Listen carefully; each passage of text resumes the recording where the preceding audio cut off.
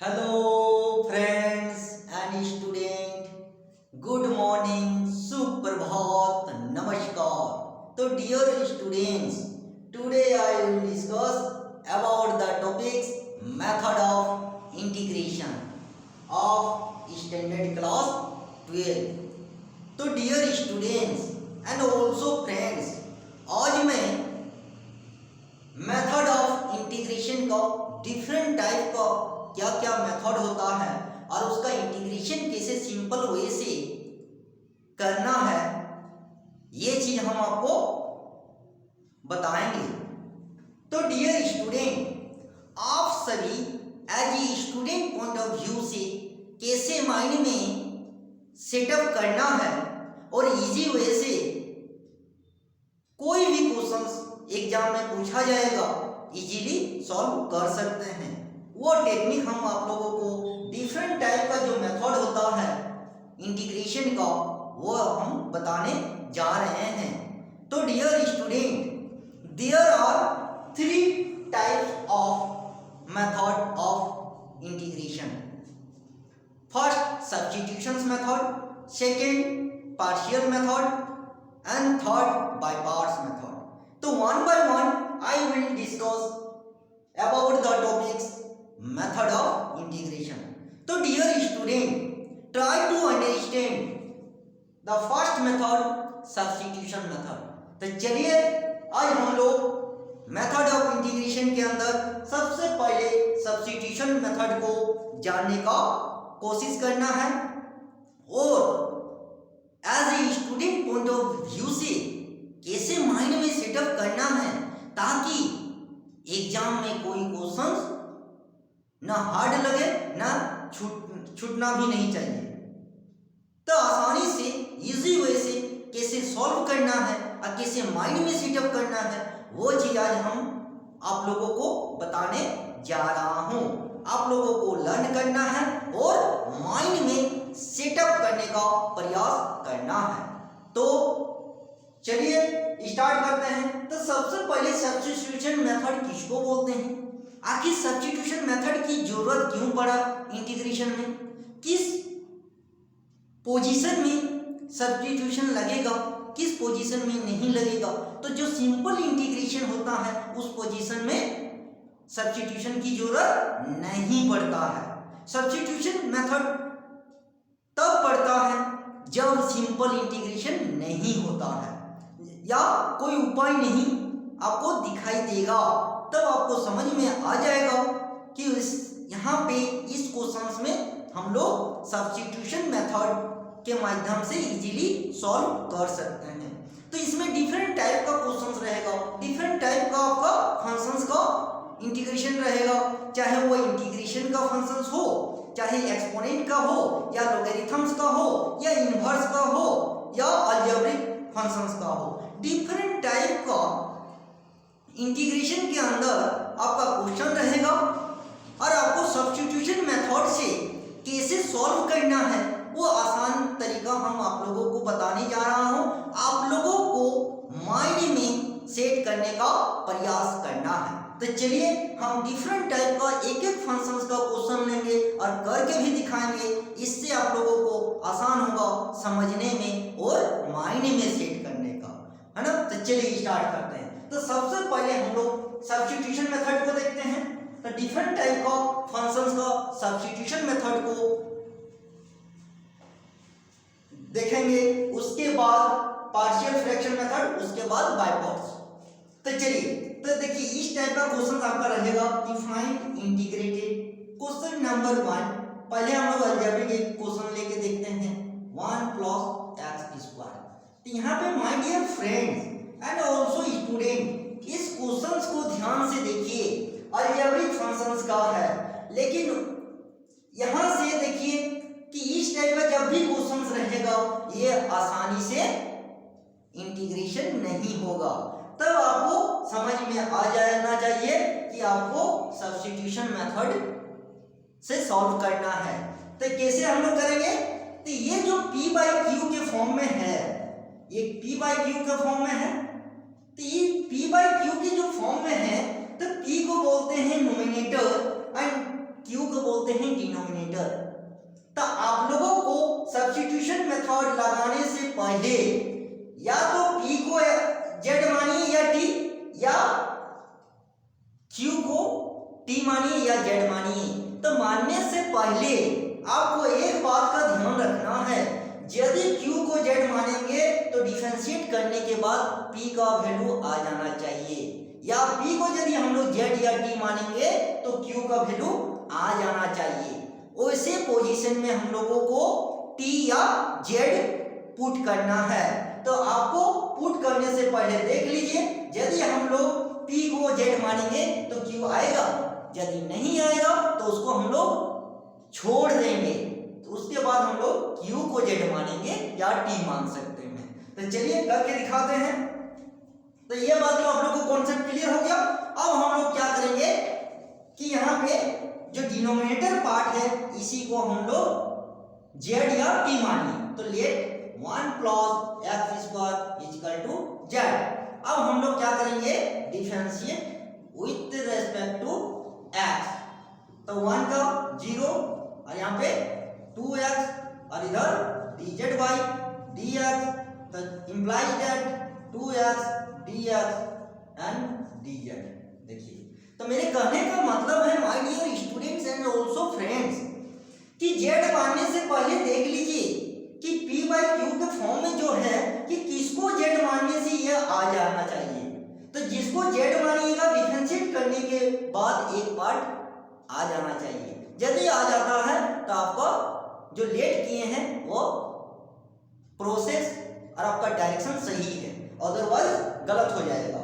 तो चलिए आ गया, तो 2x dx की जगह हम लोग dz लिखेंगे, तो लिख देंगे dz, और इसको हम लोग z माने हैं तो यहाँ पे z हो जाएगा।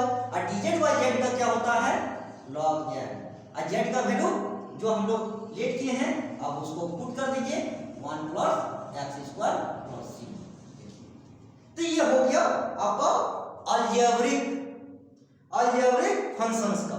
इसी टाइप का त्रिकोणमितिक फंक्शंस का भी चलिए दिखा देते हैं।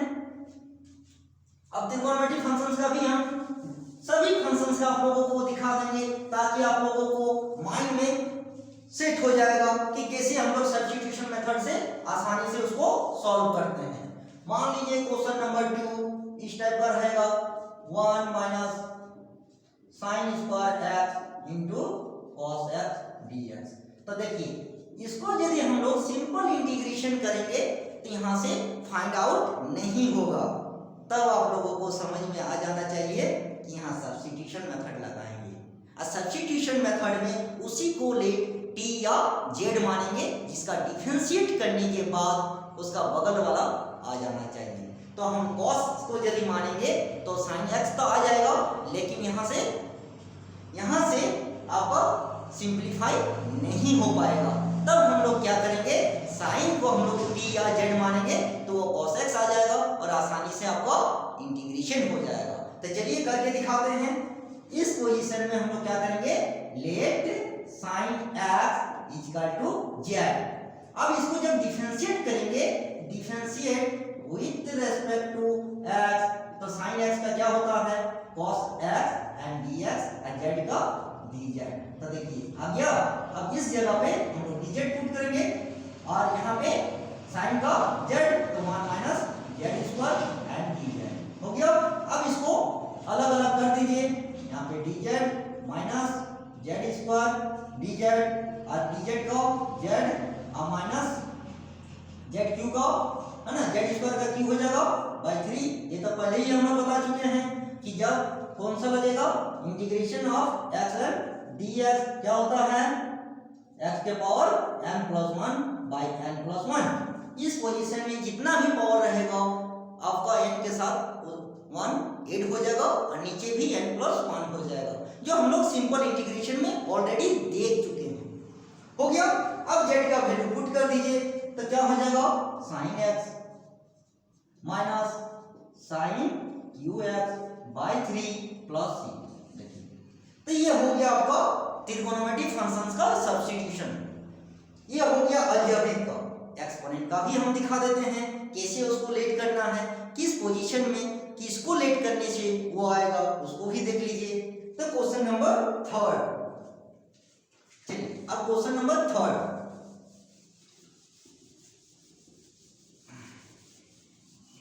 चलिए अब क्वेश्चन नंबर 3 पे आ जाइए।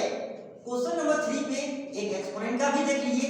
मान लीजिए इस टाइप का रहेगा कि e के पावर 10x, 10 इनवर्स कर दीजिए, inverse x by 1 plus x square and dx। तो देखिए एक्सपोनेंट का भी हो जाएगा, तो इसका भी सॉल्यूशन। अब इसको कैसे मानेंगे? यदि इसको मानेंगे तो ये नहीं आएगा, तो आपको पता चल गया सब्स्टिट्यूशन हमको 10x को लेना है, 10 इनवर्स x को। तो हम लोग क्या करेंगे, लेट 10 इनवर्स x को हम लोग z मानेंगे and differentiate with respect to x। तो 10 इनवर्स का 1 by 1 plus x square dx और ये z का dz। अब dx by 1 plus x square का dz लिखेंगे और यहाँ पे z कर देंगे, तो क्या हो जाएगा, इंटीग्रेशन ऑफ z dz। देखिए हो गया। जब ये हो गया तो एक्सपोनेंट का आपको पहले ही बता चुके हैं सिंपल इंटीग्रेशन में एक्सपोनेंट का एक्सपोनेंट ही होता है, तो एक्सपोनेंट का एक्सपोनेंट ही होगा। तो z और e z का पुट कर दीजिए, तो e के power 10 inverse x plus c। देखिए एक्सपोनेंट, इसका और भी हम लोग कर सकते हैं। चलिए एक्सपोनेंट का और एक टूल लेके दिखा देते हैं। यदि इसके साथ लॉग रहेगा, किस पोजीशन में रहता है वो भी देख लीजिए। तो इस टाइप का एक्सपोनेंट में भी आप लोग ख्याल रखिएगा कि किसको हम लोग t मानेंगे या z मानेंगे, कि उसका सेकेंड पार्ट आ जाना चाहिए। हड़बड़ा के एग्जाम में नहीं लेट करना है, नहीं तो फिर गलत हो जाता है, कॉपी खराब हो जाता है। सब्स्टिट्यूशन मेथड में हमेशा आप लोग को दिमाग में रखना है कि जिसको आप लोग z मानिएगा उसका डिफरेंशिएट करने के बाद सेकेंड पार्ट आ जाना चाहिए। यदि नहीं आता है तो इमीडिएटली उसको एक्सचेंज कर दीजिए, तो उसका सेकेंड पार्ट को z या t मानिए, तो उसको अनदर पार्ट डिफरेंशिएट करने के बाद आ जाना चाहिए। यदि आ गया तो आपका डायरेक्शन सही है। इसका लॉग का भी दिखा देते हैं, एक्सपोनेंट में किस टाइप का पूछा जाता है। तो सब्स्टिट्यूशन मेथड सुनने में देखने में बहुत हार्ड है, लेकिन सही तरीका से माइंड में यदि सेट कर लिए माय डियर स्टूडेंट, तो सब्स्टिट्यूशन जैसा आसान इंटीग्रेशन कोई इंटीग्रेशन नहीं मिलेगा। सिंपल तो ही है, सिंपल से भी और आसान है। इसीलिए माइंड में सेट एक बार हो जाएगा तो आपका सारा सब्स्टिट्यूशन मेथड, चाहे एक्सपोनेंट फंक्शंस का रहे, चाहे ट्रिगोनोमेट्रिक फंक्शंस का रहे, चाहे अलजेब्रिक फंक्शंस का रहे, चाहे लॉग का रहे, चाहे इनवर्स फंक्शंस का रहे, सब्स्टिट्यूशन मेथड सिंपल इंटीग्रेशन जैसा ही आप लोगों को आसान लगेगा। लेकिन आसान बनाने का सही टेक्निक क्या है, माइंड में एक बार सेट कर लीजिए, जिसको z या t मानिएगा उसका डिफरेंशिएट, उसका सेकेंड पार्ट आ जाना चाहिए। यदि आ जाता है तो आपका डायरेक्शन सही है, नहीं तो इमीडिएटली उसको एक्सचेंज कर दीजिए, आ जाएगा। तो चलिए करके दिखाते हैं। क्वेश्चन नंबर 4 इस टाइप का, इंटीग्रेशन ऑफ log x नीचे x dx। अब यहाँ पे देखिए, क्वेश्चन देखने से पता चल गया, यदि हम x को t और z मानेंगे तो e z कभी आएगा, e log x कभी नहीं आएगा। तो मतलब आपका डायरेक्शन रॉन्ग है। तो मतलब क्या हो गया, log x को हम लोग यदि z या t मानेंगे तो ऑटोमेटिक x आ जाएगा। चलिए तो हम लोग क्या करेंगे, लेट log x को हम लोग z मानेंगे, तो differentiate with respect to x। तो मतलब log x का क्या होता है, 1 बाई x dx dz। तो मतलब dx बाई x की जगह हम लोग dz लिखेंगे और यहाँ पे क्या हो जाएगा, e के पावर z एंड dz। तो ez का एक्सपोनेंट का एक्सपोनेंट ही होता है प्लस c, और z का वैल्यू पुट कर दीजिए, e के power log x plus c। तो मेरे कहने का मतलब है माय डियर फ्रेंड्स, एक बार दिमाग में सेट कर लीजिए कि जिसको लेट t या z मानिएगा उसका सेकेंड पार्ट डिफरेंशिएट करने के बाद आ जाना चाहिए। यदि आ गया तो आपका सब्स्टिट्यूशन मेथड का जो डायरेक्शन है वह सही जा रहा है। ओके, और भी हम दिखा देते हैं। चलिए और भी बहुत सारा क्वेश्चन है आपको मिल जाएगा। आप डिफरेंट टाइप का फंक्शंस का क्वेश्चन लेके प्रैक्टिस करने का प्रयास कीजिए। चलिए और भी हम क्वेश्चन लेके दिखाते हैं। क्वेश्चन नंबर 5, क्वेश्चन नंबर 5, मान लीजिए यहाँ पे आपको log x और यहाँ पे x एंड dx, यदि इस पोजीशन में रहेगा तो आपको समझ में आ गया है कि x को मानेंगे तो log x कभी नहीं आएगा। तो मतलब क्या हो गया, log x को हम लोग को लेट मानना है, तो मतलब क्या हो जाएगा, late log x is equal to z and differentiate with respect to x, तो क्या हो जाएगा, log x का 1/x dx dz, तो मतलब क्या हो जाएगा, dx/x का जगह dz, और यहाँ पे क्या कर देंगे, z माने हैं तो z ले लीजिए, dz हो गया। और z का क्या हो जाएगा, z²/2 1 है तो 1 + 1/1 + 1 2 प्लस c, और z का वैल्यू log x, तो क्या हो जाएगा यहाँ पे log x का (2/2 + c), क्लियर। तो मतलब मेरा कहने का मतलब है my dear friends and also students, एक बार सब्स्टिट्यूशन मेथड में मेन टेक्निक है कि किस पार्ट को लेट मानेंगे कि वो सेकंड पार्ट आ जाना चाहिए। तो आप लोगों को पहले ही बता दिए कि आप लोग लेट मानने से पहले एक बार माइंड में कैलकुलेशन करके देख लीजिए कि जिसको आप जेड मान रहे हैं, डिफरेंशिएट करने के बाद यदि वो सेकंड पार्ट आ जा रहा है तो आपका डायरेक्शन सही है, नहीं तो इमीडिएटली उसको फिर एक्सचेंज कर दीजिए, ऑटोमेटिक वो आ जाएगा। तो फिर सिंपल जैसे हम लोग इंटीग्रेशन करते आ रहे हैं वैसे फिर इंटीग्रेशन कर देना है। चलिए इसका और भी टाइप का पूछा जाता है, वो भी हम दिखा देते हैं। क्वेश्चन नंबर 5 हो गया। क्वेश्चन नंबर 6 देखिए, लॉग का इस टाइप का भी रहता है। चलिए question number 6, dx/x + x log x, देखिए x + x log x, दिमाग चकरा जाता है इस टाइप का क्वेश्चन करने से कि किसको लेट करेंगे कि वो आ जाएगा, समझ में नहीं आता। तो my dear friends and also student, ध्यान देना यहाँ क्या है कि जो कॉमन है उसको पहले बाहर निकाल दीजिए।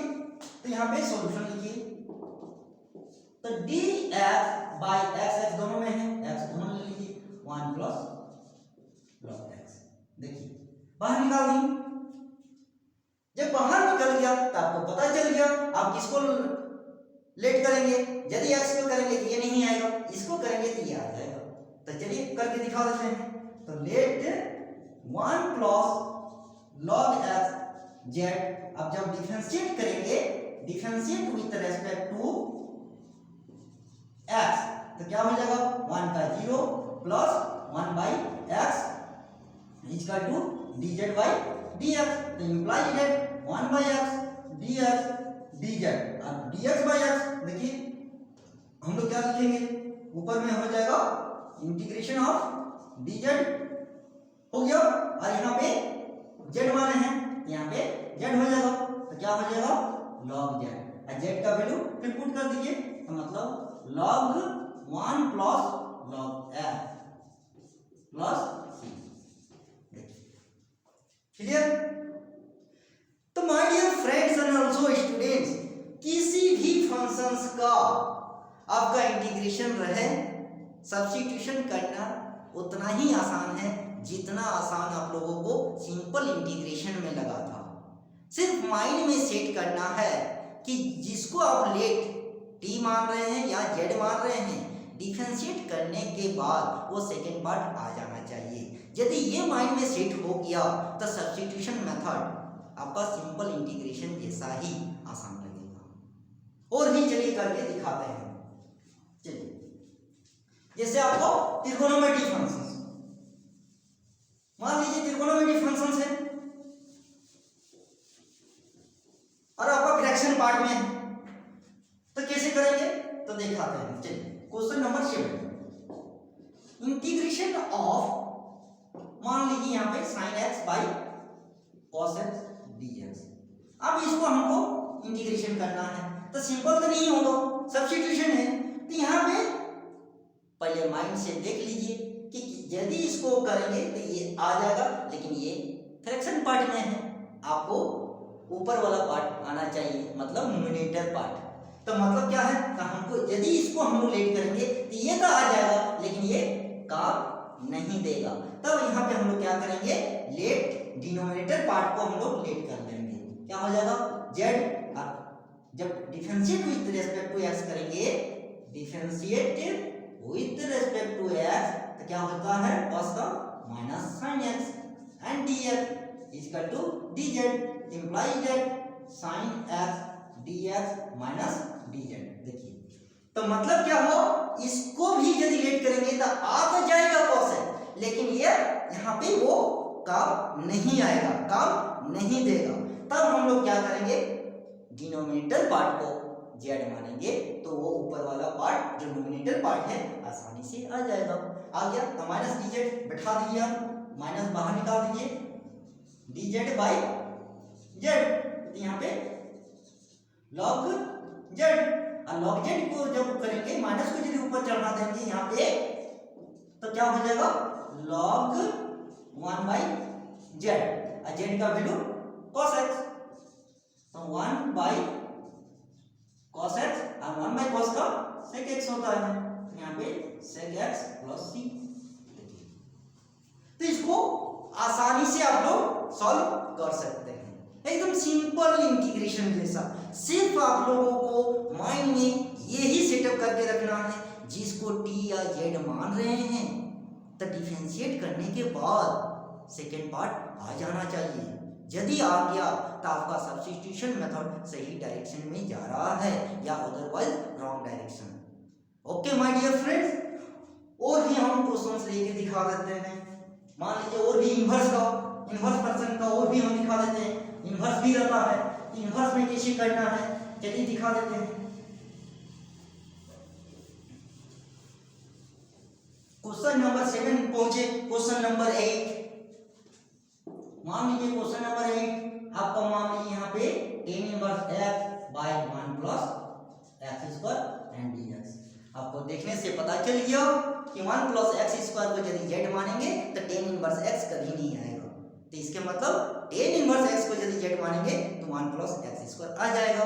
तो इसको, इसका मतलब क्या हो गया, हम लोग लेट मानेंगे, लेट tan इनवर्स x को हम लोग z मानेंगे, तो differentiate with respect to x, तो tan इनवर्स का क्या हो जाएगा, 1 by 1 plus x square dx और z का dz। अब बैठा दीजिए, जब बैठा देंगे तो tan इनवर्स को z माने हैं z एंड dz, यहाँ पे क्या हो जाएगा, z square by 2 plus c, पहले ही बता चुके हैं 1 है। तो आपको इंटीग्रेशन ऑफ xn का xn प्लस 1 होता है ना, तो यहाँ पे जितना भी रहेगा 1 ऐड हो जाएगा, नीचे भी 1 ऐड हो जाएगा। अब z का वैल्यू जो माने हैं उसको पुट कर दीजिए, तो tan इनवर्स x का whole square by 2 plus c। Clear. तो देखिए इस टाइप से आसानी से आप लोग सॉल्व कर सकते हैं बाय सब्स्टिट्यूशन मेथड। चलिए और भी हम करके दिखा देते हैं एक्सपोनेंट का। और क्या बचा, इन्वर्स भी हो गया, एक्सपोनेंट भी हो गया, लॉग का भी हो गया, इन्वर्स भी हो गया।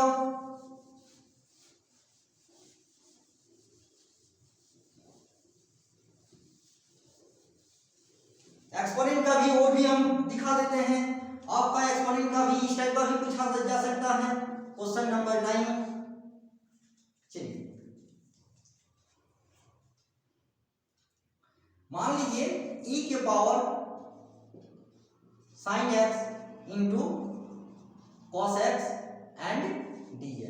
देखिए इस टाइप का भी रहता है, तो घबराइएगा नहीं, पहले ये देख लीजिए कि इसको लेट मानेंगे तो वो पार्ट आ जाना चाहिए, यदि इसको मानेंगे तो ये आ जाएगा, ये इसको मानेंगे तो ये आ जाना चाहिए। तो ये एक्सपोनेंट के पार्ट में है, तो इसको यदि मानेंगे तो ये एक्सपोनेंट पार्ट कभी नहीं आएगा। तो मतलब एक्सपोनेंट का जो पावर है उसको लेट कर लीजिए, तो आसानी से आपका निकल जाएगा। तो देखिए लेट sin x तो क्या मानेंगे z, और sin x का क्या हो जाएगा cos x dx and dz। आ गया। तो हम लोग का क्या हो जाएगा, e के पावर z एंड dz, और एक्सपोनेंट का एक्सपोनेंट ही होता है प्लस c, और z का वैल्यू आप बैठा दीजिए e के power sin x plus c। तो मतलब आपको मेरा इशारा समझ में आ गया होगा कि जिस प्रकार सिंपल इंटीग्रेशन करते आ रहे हैं, same to same substitution method भी है। सिर्फ आपको एक चीज माइंड में सेटअप करना है कि जिसको आप लेट कर रहे हैं वो सेकेंड पार्ट डिफरेंशिएट करने के बाद आ जाना चाहिए। यही इसका टेक्निक है, सिंपल टेक्निक। और भी क्वेश्चन लेके चलिए दिखा देते हैं। क्वेश्चन नंबर 10,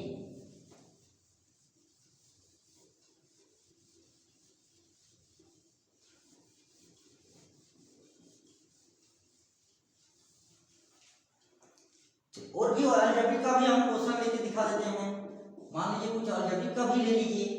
आपका आ गया मान लीजिए x एंड dx, यहां मान लीजिए 1 प्लस एक्स स्क्वायर।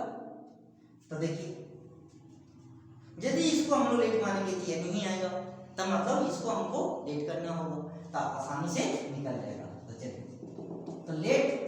तो let to 1 plus x square equal to z। तो यहाँ पे डिफरेंशिएट जब करेंगे तो मान का 0, यहाँ पे 2x equal to dz by dx। इसका मतलब क्या हो जाएगा, 2x dx equal to dz, और x dx equal to dz by 2। तो x dx का आपको पता चल गया, इसकी जगह dz मानेंगे तो मतलब ये हाफ बाहर निकाल दीजिए, यहाँ पे dz हो जाएगा, और इसको हम लोग z माने हैं, यहाँ पे z कर दीजिए। यहाँ पे देखिए हाफ हो गया एंड log z हो गया। जब log z हो गया तो मतलब क्या हो गया, है ना, तो यहाँ पे हाफ कर दीजिए, और यहाँ पे z का वैल्यू आपका जो लिए हैं उसको बिठा दीजिए 1 plus x square plus c।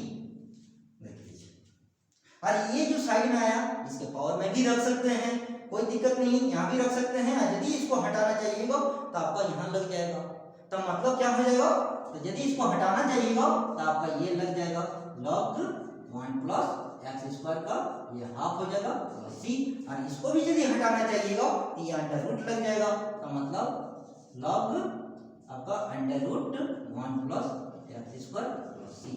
तो इसलिए बुक वाला आंसर देके घबराइएगा नहीं, उसको सेट करना पड़ता है। यहाँ भी छोड़ सकते हैं, इसको आगे भी बढ़ा के यहाँ भी छोड़ सकते हैं, इसको आगे भी बढ़ा के यहाँ भी छोड़ सकते हैं। इसलिए कभी कभी स्टूडेंट क्या करता है, जब यहाँ छोड़ देता है सर बुक वाला आंसर नहीं आया, तो और आगे बढ़िएगा तो ऑटोमेटिक आ जाएगा। तो इसलिए इंटीग्रेशन में कभी भी बुक वाला आंसर देके घबराइएगा नहीं, क्योंकि आगे जाके और थोड़ा सा सॉल्व कीजिएगा तो बुक वाला एग्जैक्ट वो आ जाता है।